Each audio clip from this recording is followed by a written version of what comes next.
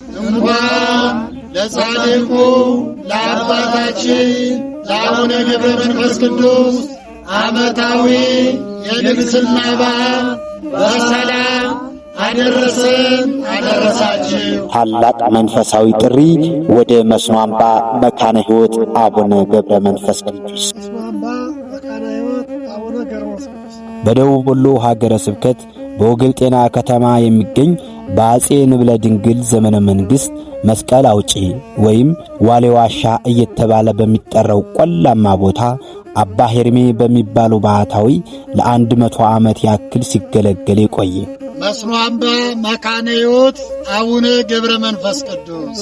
ግራኝ አህመድ በዋላ ደላንታ አውራጃ በርካታ አብያተ ቤተ ክርስቲያንን ሊያቃጥል አስቦ በተንቀሳቀሰበት ወቅት ከቃጠሎና ከወረራ ለማዳን አቦ ዋሻ ተብሎ በሚጠራው ስፍራ በመሰወር ለብዙ ጊዜ ሲገለገል የቆየ መስኖ አምባ መካነ ሕይወት አቡነ ገብረ መንፈስ ቅዱስ በ1888 ዓመተ ምህረት አሁን ላይ ሕንጻ ቤተ ክርስቲያኑ በሚገኝበት ቦታ በእንጨትና በሳር ክዳን በደጃች አበጋዝ አስተባባሪነት ተሰርቶ በ1961 ዓመተ ምህረት የሳር ክዳኑ ተነስቶ የቆርቆሮ እድሳት ተደርጎለት እስካሁን ሰዓት እያገለገለ የሚገኝ በዚህ ቤተ ክርስቲያን አጥር ግቢ ውስጥ በደጃች አበጋዝ የተተከሉ 64 ጽዶችና 4 ወይራዎች የሚገኙበት መስኖ አምባ መካነ ሕይወት አቡነ ገብረ መንፈስ ቅዱስ። የሆድ ህመም የነበረባቸው በእብድ ውሻ የተለከፉ ሰዎች ጸበሉን ጠጥተው መስቀሉን ታሽተው በገድሉ የተፈወሱበት መስኖ አምባ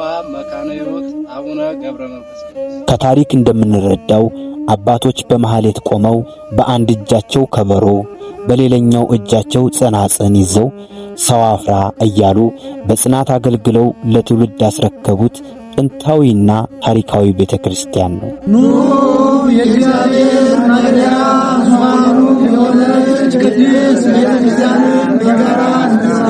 ታዲያ ይህን ሕንጻ ቤተክርስቲያን በአዲስ መልክ መስራት ከተጀመረ ቀናቶች፣ ወራቶች፣ ዓመታት ተቆጥረው አሁን ከደረሰበት ደረጃ ደርሷል። እነሆ ሕንጻ ቤተክርስቲያኑ ሰርቶ ለማጠናቀቅ የደብሩ ሕንጻ ኮሚቴና ሰበካ ጉባኤ የጻድቁ አባታችን ዓመታዊ ክብረ በዓል ምክንያት በማድረግ ለጻድቁ ግንባታ ሥራ የሚውል 5 የጉራጌ ድንጋይ ማስተረቢያ ወይም ማሰሪያ የሚሆን 500 ብር፣ 5 ጥርብ ድንጋይ በ500 ብር ለጻድቁ ሕንጻ ማሰሪያ በሚል ልዩ የበረከት ሥራ አዘጋጅቷል። የበረከት ሥራው መጋቢት 1 ቀን ይጀመራል። እስከ መጋቢት 15 ይቀጥላል። የበረከት ሥራውን በአንድም በሁለትም ሶስትም በመሆን በጋራ መሳተፍ ይቻላል።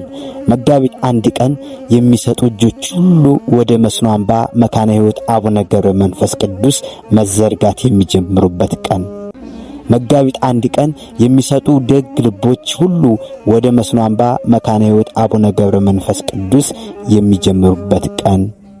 እኛስ እጆቻችን ወደ መስኖ አምባ መካነ ሕይወት አቡነ ገብረ መንፈስ ቅዱስ ለመዘርጋት ተዘጋጅተን ይሆን? ልባችን በመንፈስ ወደ መስኖ አምባ መካነ ሕይወት አቡነ ገብረ መንፈስ ቅዱስ ለመገስገስ ይደርስ ይሆን? ከበረከቱ እንሳተፍ። የበረከት ጥሪውን ለሁሉም እናዳርስ። የቴሌግራም ግሩፑን እንቀላቀል። የቴሌግራም ግሩፑን ለመቀላቀል ሊንኩን ይጫኑ። የመስኖ አምባ መካነ ሕይወት አቡነ ገብረ መንፈስ ቅዱስ ሕንጻ ኮሚቴና ሰበካ ጉባኤ። ለበለጠ መረጃ በ0914 60 15 71 ወይም በ0913 78 21 07 ይደውሉ።